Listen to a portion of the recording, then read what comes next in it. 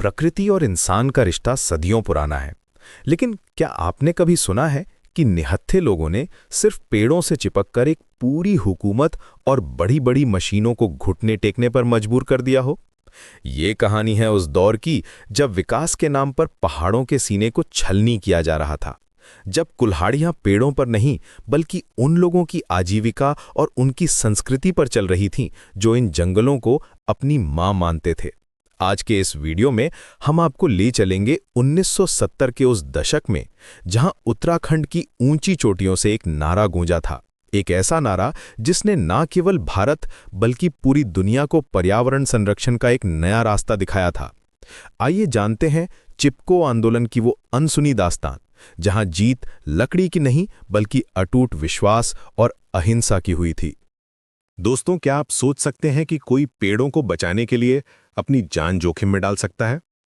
आज से करीब 50 साल पहले उत्तराखंड के पहाड़ों में एक ऐसा ही चमत्कार हुआ था। यहां सेना की बंदूकों या हथियारों से नहीं बल्कि अहिंसा और प्रेम से प्रकृति को बचाया गया था। आज हम बात करेंगे दुनिया के सबसे बड़े पर्यावरण आंदोलन की, चिपको आंदोलन। आंदोलन की शुरुआत। कहानी शुरू होती है 1973 में उत्तराखंड के चमोली जिले से। उस समय सरकार ने स्थानीय लोगों को खेती के औजार बनाने के लिए लकड़ी देने से मना कर दिया, लेकिन खेल का सामान बनाने वाली एक कंपनी को हजारों पेड़ काटने का ठेका दे दिया। ये जंगलों पर निर्भर रहने वाले स्थानीय लोगों के साथ सरासर अन्याय था। गौरा देवी और रेनी गांव का साहस। गौरा देवी की तस्वीर, महिलाओं का समूह जो हाथ जोड़कर खड़ा है। मार्च 1974 का वो दिन इतिहास में दर्ज हो गया। जब ठेकेदार के आदमी रेनी गांव के जंगल काटने पहुंचे तो गांव के पुरुष घर पर नहीं थे।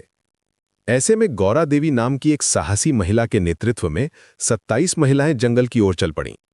उन्होंने कुल्हाड़ी चलाने वालों से कहा कि ये जंगल हमारा मायका है, हम इसे कटने नहीं देंगी। जब वे नहीं माने तो महिलाएं पेड़ों से चिपक गईं। चिपको। ठेकेदारों को खाली हाथ वापस लौटना पड़ा। सुंदरलाल बहुगुणा और वैश्विक पहचान। इस आंदोलन को देश दुनिया तक पहुंचाने का काम किया सुंदरलाल बहुगुणा और चंडी प्रसाद भट्ट ने। सुंदरलाल बहुगुणा ने नारा दिया कि क्या है जंगल के उपकार, मिट्टी पानी और बयार, मिट्टी पानी और बयार जिंदा रहने के आधार। उन्होंने 5000 किलोमीटर की पदयात्रा की और अंततः प्रधानमंत्री इंदिरा गांधी को हिमालय के पेड़ों की कटाई पर 15 साल बैन लगाने के लिए मजबूर कर दिया। आज के समय के जलवायु परिवर्तन, ग्लोबल वार्मिंग के सीन, सूखे खेत और बाढ़।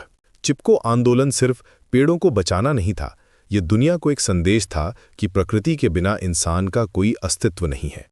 इसी आंदोलन की वजह से 1986 का पर्यावरण संरक्षण अधिनियम बना।